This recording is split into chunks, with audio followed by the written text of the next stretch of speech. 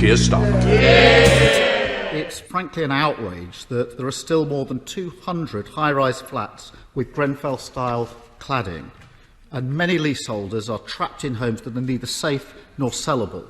The best way to mark this tragedy is not with words, but with action, and I urge the Prime Minister finally to end the cladding scandal.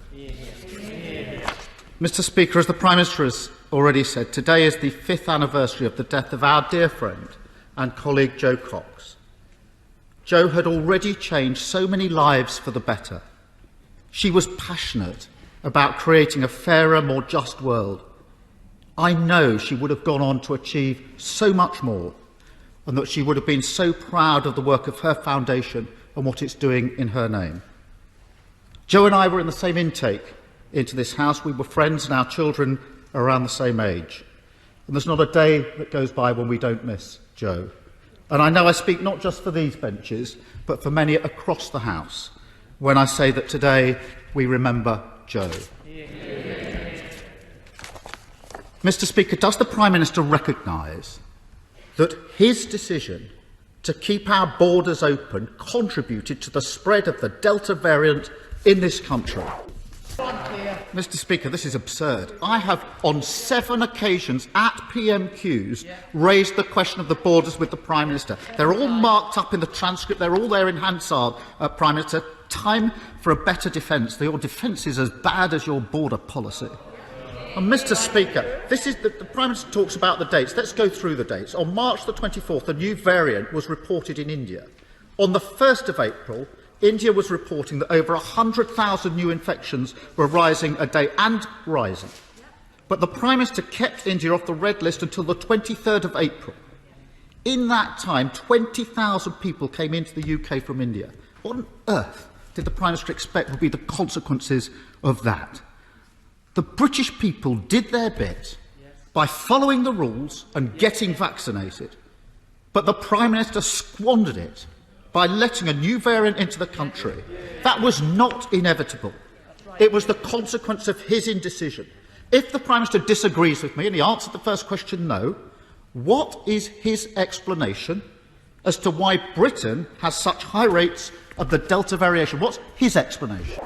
The question was, what's his explanation for our high rates of the Delta variant? Answer, there came none, other than apparently we understand the variant. The data is very, very clear. Our NHS has been doing an amazing job with the vaccine rollout. But while the NHS was vaccinating, he was vacillating.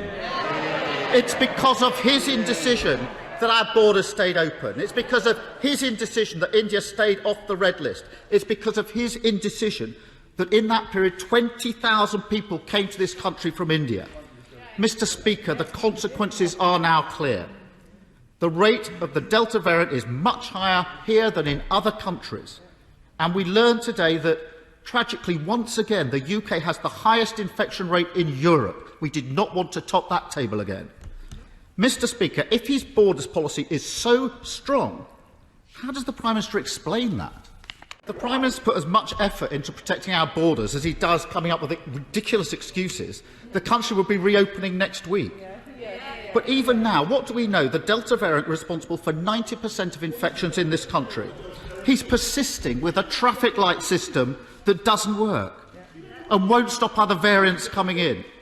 Mr. Speaker, after so many mistakes and with the stakes so high, why doesn't the Prime Minister do what Labour is calling for? Drop the traffic light system, get rid of the amber list, secure the borders and do everything possible to save the British summer. Mr. Speaker, what I've learned, the worse the position for the Prime Minister, the more pathetic he gets. Is he really suggesting that the 20,000 people who came in from India were bringing in vital medical supplies or food? It's ridiculous, absolutely ridiculous. What we were arguing for is for India to be on the red list between the 1st and the 23rd of April. If that had happened, we wouldn't have the Delta variant here. And it's as simple as that. The Prime Minister's former senior adviser got it absolutely right. He said, and I quote, fundamentally there was no proper border policy because the Prime Minister never wanted a proper border policy, the man who was in the room.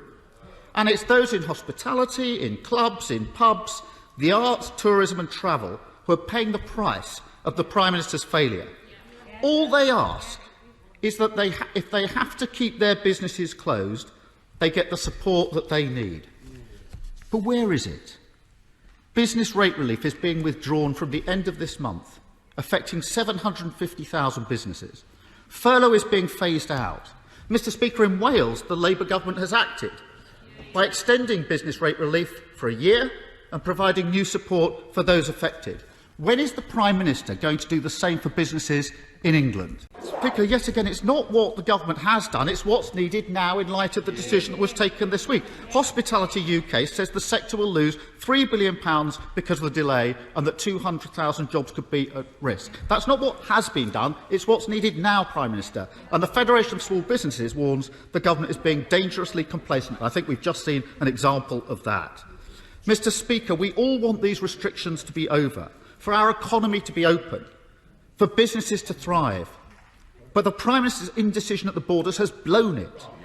And the problem with everything the Prime Minister says today, both what he says at dispatch box and also what he mutters, is that we've heard it all before so many times. Last month, March, he said we could turn the tide in 12 weeks. Remember that? Then he said it will all be over by Christmas. Then we were told June 21st would be Freedom Day. Now we're told July 19th is Terminus Day. The British people don't expect miracles, but they do expect basic competence and honesty. And when it comes to care homes, protective equipment or borders, we see the same pattern from this Prime Minister. Too slow, too indecisive, over-promising, under-delivering. After all these failures and mistakes, why should anyone believe the Prime Minister now?